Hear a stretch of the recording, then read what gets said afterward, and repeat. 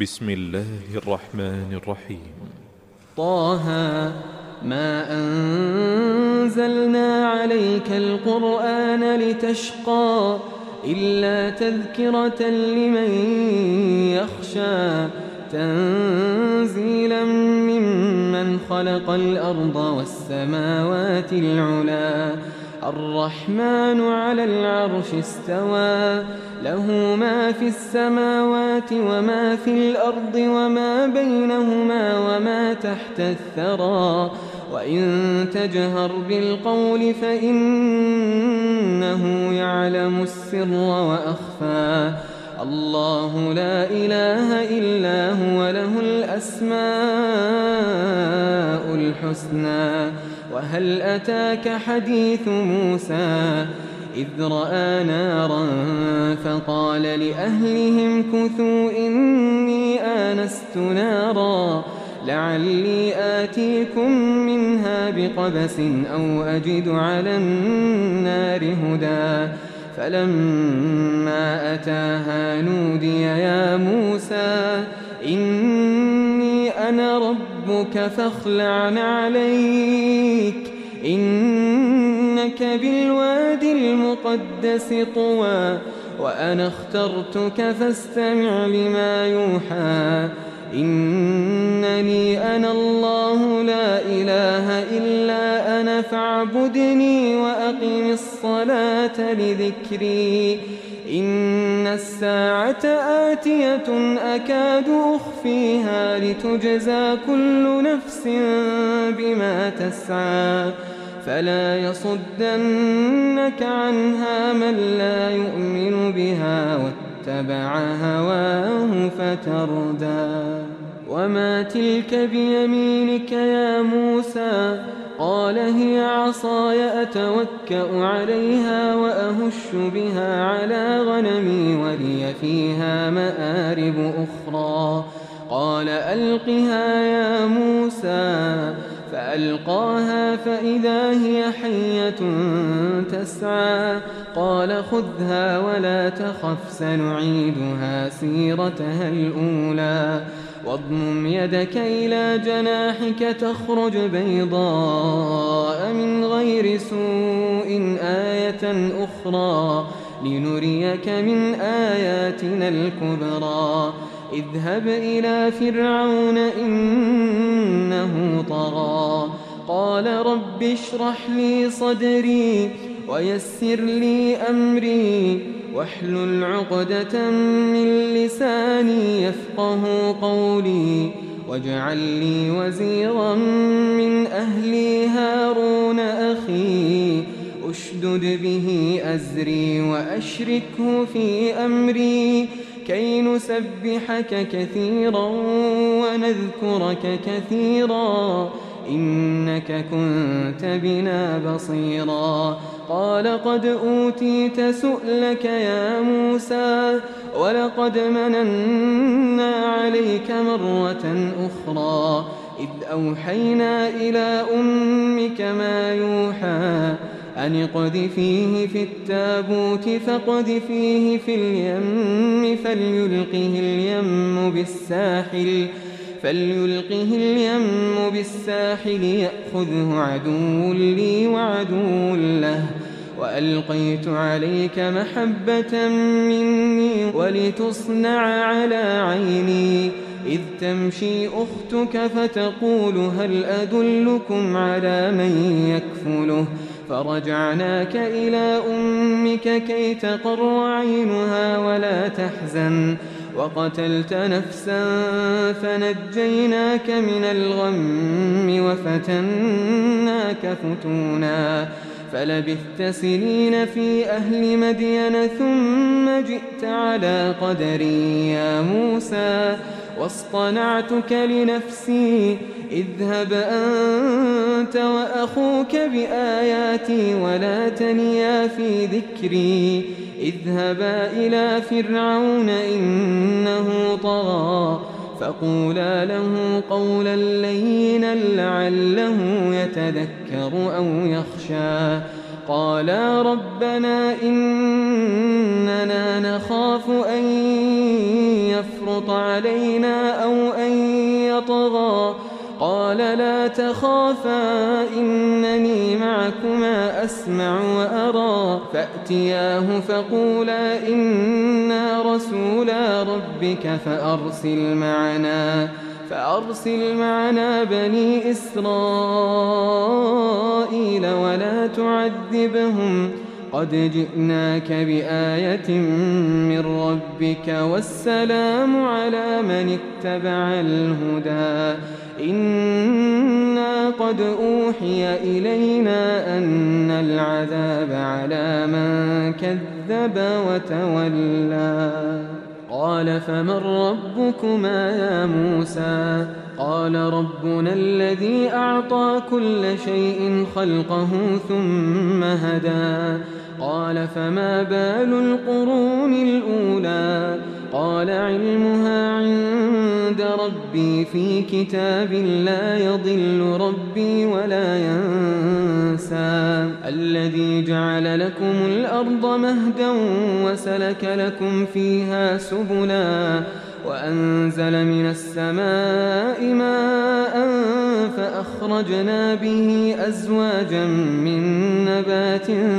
شتى. كلوا وارعوا أنعامكم إن في ذلك لآيات لأولي النهى. منها خلقناكم وفيها نعيدكم ومنها نخرجكم تارة أخرى. ولقد أريناه آياتنا كلها فكذب وأبى. قال أجئتنا لتخرجنا من أرضنا بسحرك يا موسى؟ فلنأتينك بسحر مثله فاجعل بيننا وبينك موعدا لا نخلفه نحن ولا أنت مكانا سوى. قال موعدكم يوم الزينة وأن يحشر الناس ضحى. فتولى فرعون فجمع كيده ثم أتى. قال لهم موسى ويلكم لا تفتروا على الله كذبا فيسحتكم بعذاب وقد خاب من افترى. فتنازعوا أمرهم بينهم وأسروا النجوى. قالوا إن هذان لساحران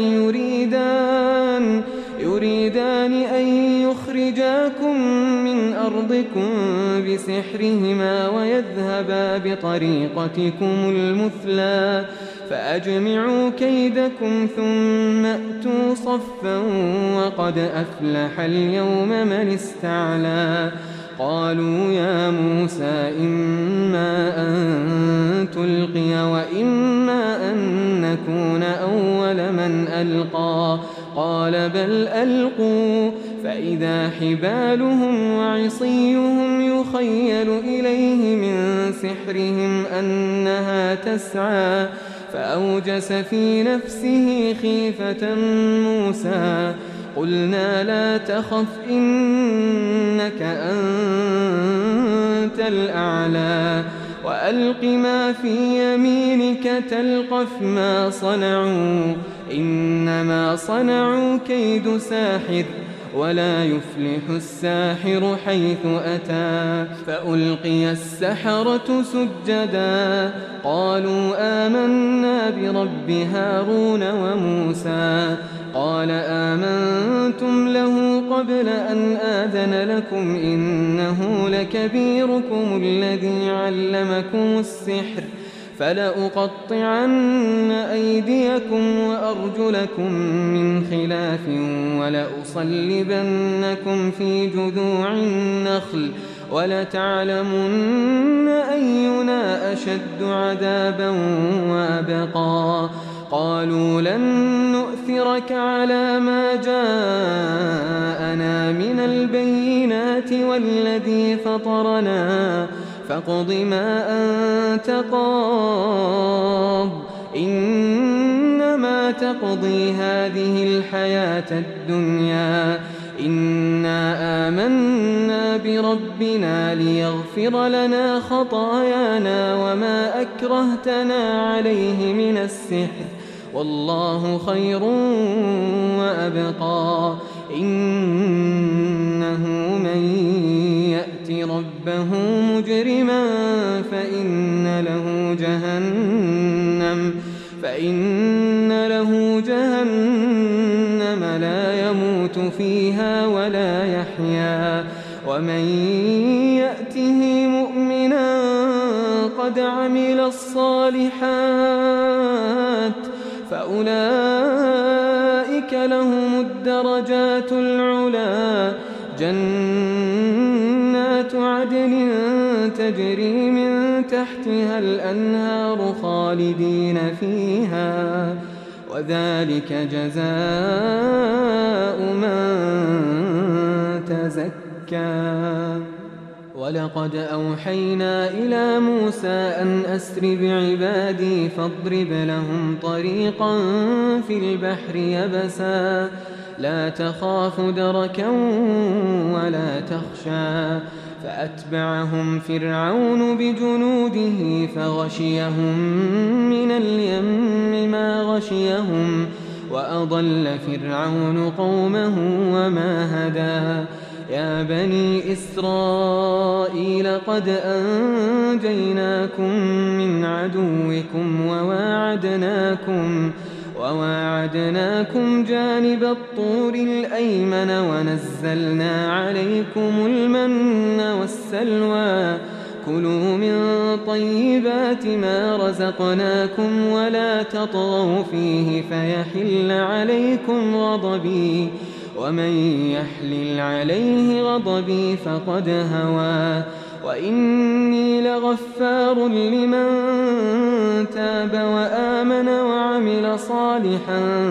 ثم اهتدى وما أعجلك عن قومك يا موسى قال هم أولئك على أثري وعجلت إليك رب لترضى قال فإنا قد فتنا قومك من بعدك وأضلهم السامري فرجع موسى إلى قومه غضبان أسفا قال يا قوم ألم يعدكم ربكم وعدا حسنا أفطال عليكم العهد أم أردتم أن يحل عليكم غضب من ربكم فأخلفتم موعدي قالوا ما أخلفنا موعدك بملكنا ولكننا حملنا أوزارا من زينة القوم فقذفناها فكذلك ألقى السامري فأخرج لهم عجلا جسدا له خوار فقالوا هذا إلهكم وإله موسى فنسي أفلا يرون ألا يرجع إليهم قولا ولا يملك لهم ضرا ولا نفعا ولقد قال لهم هارون من قبل يا قوم إنما فتنتم به وإن ربكم الرحمن فاتبعوني وأطيعوا أمري قالوا لن نبرح عليه عاكفين حتى يرجع إلينا موسى قال يا هارون ما منعك إذ رأيتهم ضلوا ألا تتبعا أفعصيت أمري قال يا ابن أم لا تأخذ بلحيتي ولا برأسي إني خشيت أن تقول فرقت بين بني إسرائيل ولم ترقب قولي قال فما خطبك يا سامري قال بصرت بما لم يبصروا به فقبضت قبضة من أثر الرسول فنبذتها وكذلك سولت لي نفسي قال فاذهب فإن لك في الحياة أن تقول لا مساس وإن لك موعدا لن تخلفه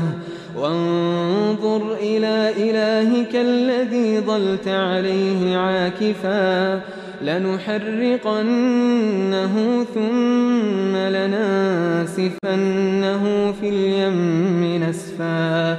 إنما إلهكم الله الذي لا إله إلا هو وسع كل شيء علما كذلك نقص عليك من أنباء ما قد سبق وقد آتيناك من لدنا ذكرا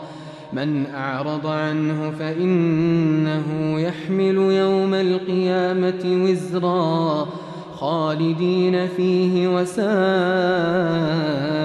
لهم يوم القيامة حملا يوم ينفخ في الصور ونحشر المجرمين يومئذ زرقا يتخافتون بينهم إن لبثتم إلا عشرا نحن أعلم بما يقولون إذ يقول أمثلهم طريقة إن لبثتم إلا يوما ويسألونك عن الجبال فقل ينسفها ربي نسفا فيذرها قاعا صفصفا لا ترى فيها عوجا ولا أمتا يومئذ يتبعون الداعي لا عوج له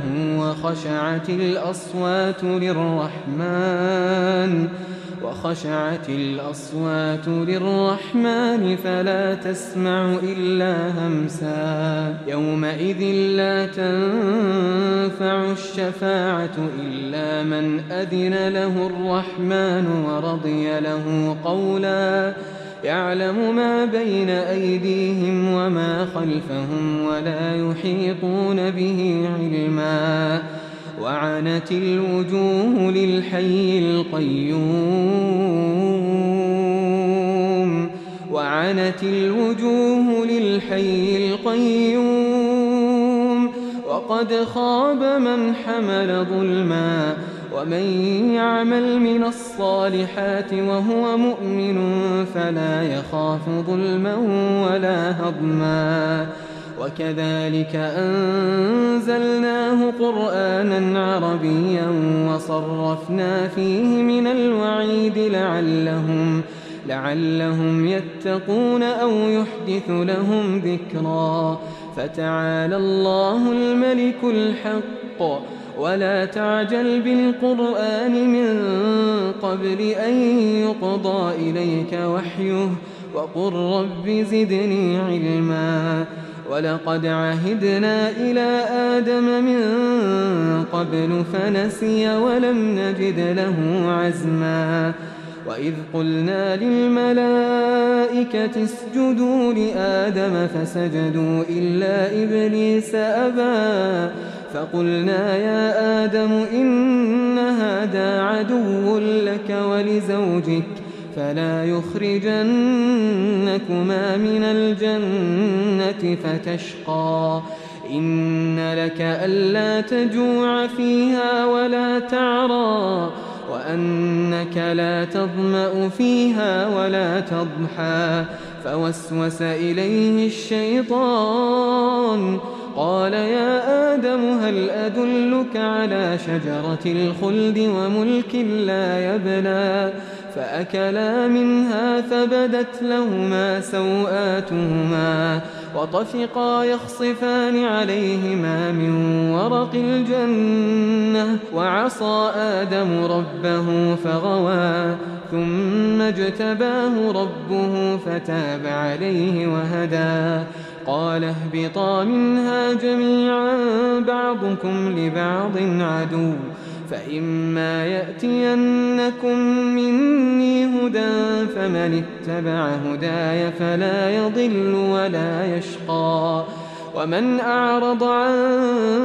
ذكري فإن له معيشة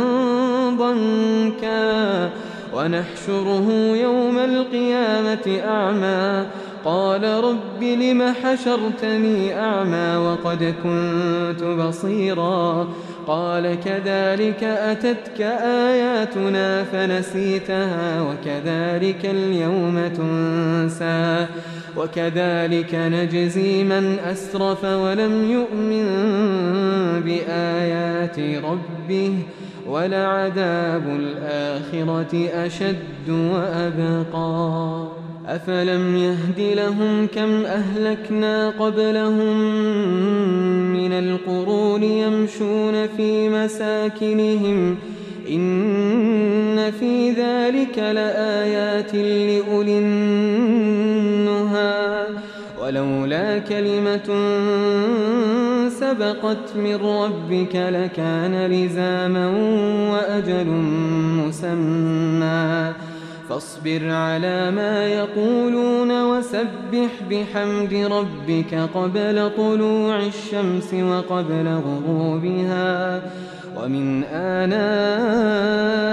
الليل فسبح وأطراف النهار لعلك ترضى ولا تمدن عينيك إلى ما متعنا به أزواجا منهم زهرة الحياة الدنيا لنفتنهم فيه ورزق ربك خير وأبقى وأمر أهلك بالصلاة واصطبر عليها لا نسألك رزقا نحن نرزقك والعاقبة للتقوى وقالوا لولا يأتينا بآية من ربه أولم تأتهم بينة ما في الصحف الأولى ولو أنا أهلكناهم بعذاب من قبله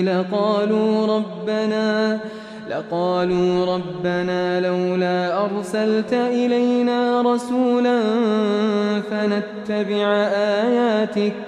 فنتبع آياتك من قبل أن نذل ونخزى قل كل متربص فتربصوا فستعلمون من أصحاب الصراط السوي ومن اهتدى.